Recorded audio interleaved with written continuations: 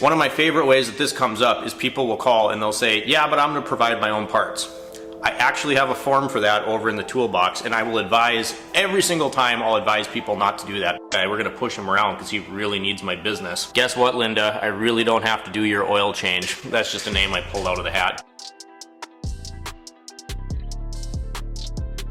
Hey guys, welcome back. How's it going? Today I wanted to do a little discussion on why everyone, it seems that in the automotive field, everybody feels like they are entitled to a discount, and why so many people also think that you're gonna drop everything you're doing and do exactly what they want. Let's get started.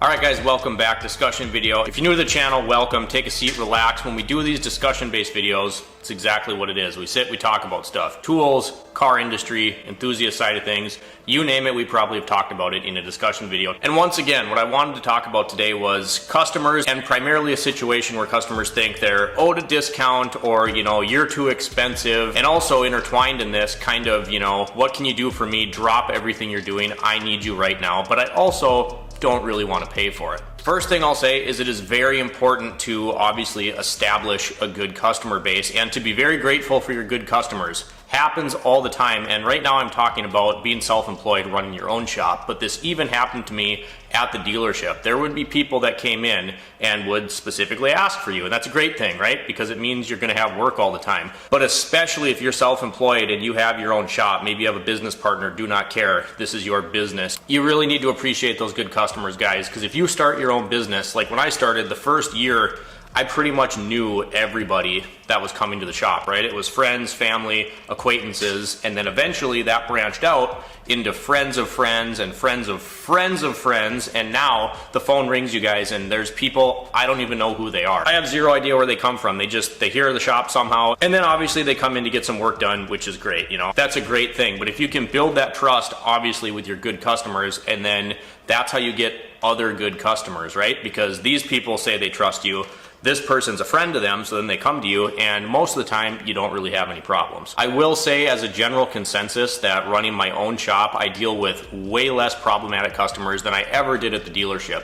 Part of that's the sheer volume of a dealership. You know, you're running a whole quick lube crew, there's some C-Tech, there's 8 mainline shop techs, so it's just a much bigger operation, which means you're gonna get a bigger volume of people and there's gonna be more bad apples in there. That's how that goes, right? But one thing I've discovered, especially being a small shop, is that when you do have one of these problematic customers, they tend to take advantage of the fact that you are a small operation. Me, it's just me that's here, right? I'm the only person, I'm the service writer, the parts guy, the technician, and the owner. And sometimes you get people that it's like in their head, I need them, right? So that's, you can just tell without them saying it, that's their attitude. Oh, this is a small guy, we're gonna push him around because he really needs my business. Guess what, Linda? I really don't have to do your oil change. That's just a name I pulled out of the hat, but you get the idea. So you have these people sometimes, and I'm gonna give a perfect example. A few months ago, it was a holiday weekend. I get a text message on a Sunday, and the text is like, hey, I need you to jumpstart my car and come check this out.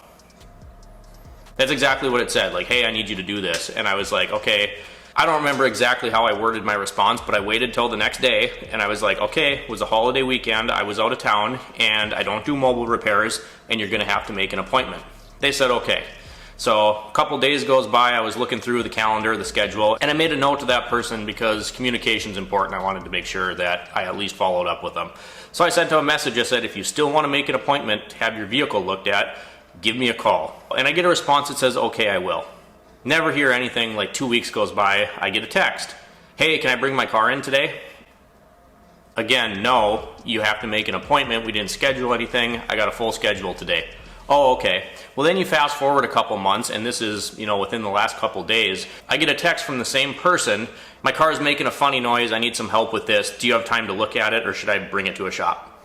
And I'm like, I am a shop, so, you know, whatever. So I said, I'll check the schedule, see what I have available for you. Then this is the important part, because this segues into another point here, is that I kind of explained, you know, XYZ will diagnose the issue, and then from there, you'll have a full assessment of what's going on with your vehicle. This is the diagnostic fee. If you want X appointment, this is what I have available. Let me know if you'd like to book that appointment.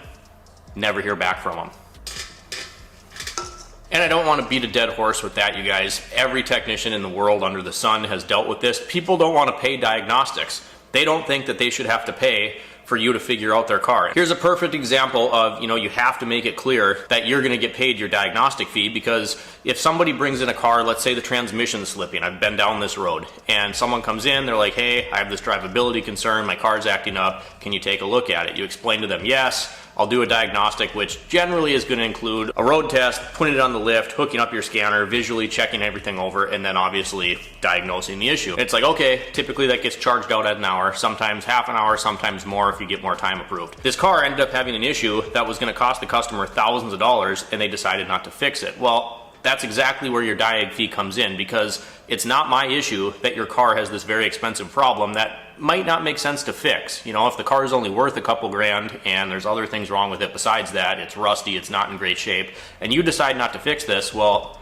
just because you decide to fix it doesn't mean that I shouldn't get paid for figuring it out, right? And most people understand that, but some people absolutely do not. And I'll tell people, it's like, I want to be fair. I'm not out to drain your wallet, so I'm like, look, if it's something that takes me, 5 minutes to figure out, maybe you got a brake caliper hanging up, whatever the case is, maybe I don't charge you a full hour. It's also going to depend on what work do you bring to the business. If you're someone who comes in on a regular basis and is always bringing me work, getting your maintenance done here, all of that stuff, I might be more inclined to help you out. If you're a brand new customer and the first thing you do is fight me over the diag fee, I'm probably not going to be very inclined to give you any sort of deal. And really, as technicians, why should we be handing out deals? If you go to Walmart, you don't walk up to the counter and say, this milk's a little too expensive. I think you could do better. Could you help me out at all with that? Not going to happen. And it kind of ends up just being our field, our trade. It's electricians, you don't bargain on the price. Plumbers, HVAC guys, carpenters. People don't get to the end of those projects and say, I think you're a little expensive. Can you help me out a little bit here? Or what can you do to knock the cost down? Can you help me out? It just blows my mind that people are out there actively thinking that, you can't fix this issue yourself. This is a skill, this is someone's business, and you're going to come in and the first thing that you want to do is make a deal. One of my favorite ways that this comes up is people will call and they'll say, yeah, but I'm going to provide my own parts.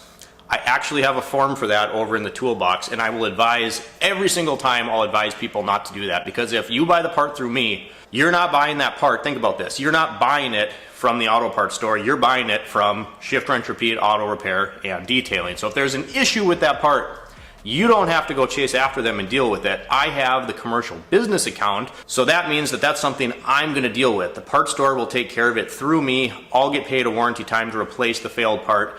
Everyone's happy. If you still decide, after I advise you not to do it, that you want to bring in your own parts, there is a form that I have people sign, and it basically says there is absolutely no warranty on this repair. That's just the end of it, and that's, people do it to save money. And in the long run, your part on Amazon probably is going to crap out, and it's not going to save you any money in the long run. So you sign that paper, date and sign, or I'm not putting that part in, because I'm not going to be responsible for you trying to save a buck. The other thing here that really gets under my skin that fits into this whole conversation here is people will go out of their way to price shop you. And I've had this before. I had a potential customer, and I say potential because I didn't end up working on the car. This person called me like 3 or 4 times. The first time they called and got a quote, and they did in fact ask if I could do any better than that. And I said, I can't affect what the price parts are. I can't change that. The second thing is, this is the book time, so I'm telling you that this is the estimate to getting this done. I'm not going to short myself on the labor time to get this done, because that's how it works. You look up the book time, something pays 3 hours and it takes you 6 hours, you're still getting paid 3 hours. You get it done in 2, you're still getting paid those 3 hours. And you have to communicate with people. We'll get into that in a second. But anyway, this guy, he says that, he's like, okay, yeah, I'll call and let you know if I want to get it on the schedule. I'm like, all right, cool, yeah, give me a call. Then he calls me back like the next day and he goes, okay, I went to the auto parts store, I got this scanned, I can actually buy the part here for a little bit cheaper. Would you mind looking on Rock Auto? I think I found one that would be even cheaper than that, but I'm not exactly sure if it's the right part. See, this is all, I'm not gonna do my job for free and nitpick over $20 so that you can have a deal, right? And again, that would be a part that I'm not even gonna get to warranty. And yes, I'll be honest, when I sell parts, there is a parts markup. And without getting into the exact numbers, one, the shop deserves that. Because when I call the parts store, I tell them what I'm looking for. I ask what brands are available. I get the best brand I can for the money. Think of it as like a small consulting fee. You're paying me to figure that out and make sure that junk isn't put in your car, right? So that's something you're paying for. And here's the thing, at my shop, I'm not in it to make $1 million off of parts. So with my parts markup and the price that I get stuff through my commercial account, the parts end up being cheaper than if you went in and bought it retail over the counter. So I don't want people, and this guy actually eventually figured out what a commercial account would charge for that and then questioned my parts price. And I was like, I'm not doing this. I know you've called 3 other shops. You're trying to jerk me around, get me to do even more parts consulting for you. And now you're wondering why I'm charging what I'm charging. You know, this is my business. I have to eat. I have to make a living. And it's just ridiculous. Do you think if you call to get a deck built or get plumbing put in, you don't call and say, I found that PEX pipe a little bit cheaper. So I'm just going to need you guys to run over to Home Depot or go on Amazon and order it there because it's cheaper that way. This is just stuff that it's unheard of in other industries, but it seems like as mechanics, we have to deal with it all the time. Everyone's hunting for a deal, price shopping you, and it's like, you know what? The peace of mind knowing that your car is going to get fixed properly and that you can actually trust me instead of me wanting to flush out your whole wallet with, all sorts of services, that should be worth something to you as well. So yeah, Jiffy Lube might have a special and have oil changes for $19, but guess what? A couple weeks ago, I had someone come in that got their oil changed at Walmart, saw a little residual oil. They lived 35 miles from this shop, and they're like, can we get you to check it out? And I was like, okay. And this is a few months ago, but they're like, yeah, can we get you to look at it? I'm like, yeah, we can do this, And so I pull it in. They drove the entire way here, and the drain plug was like 2 threads away from coming out. So sometimes, yeah, go get your $19 promotional oil change that these big corporations are able to give out. But is it worth it? Can you trust the work that's being done on your vehicle? It's no different than saving $10 on a part from Amazon versus letting the professionals do their job and order the parts. It seems like in this industry, you guys, everybody is hunting, trying to cut corners and make deals, and it's really frustrating. At the end of the day, it's really, really frustrating. And the last thing that people do that doesn't end up working out most of the time, but I'll have people come in here, get something diagnosed. I tell them what's wrong with the car. Okay, you would need this. And they're like, okay, we're not going to do it right now. Or they'll flat out tell you, yeah, okay, I can do that myself. Okay, I got paid to diagnose it, but you're going to do it yourself.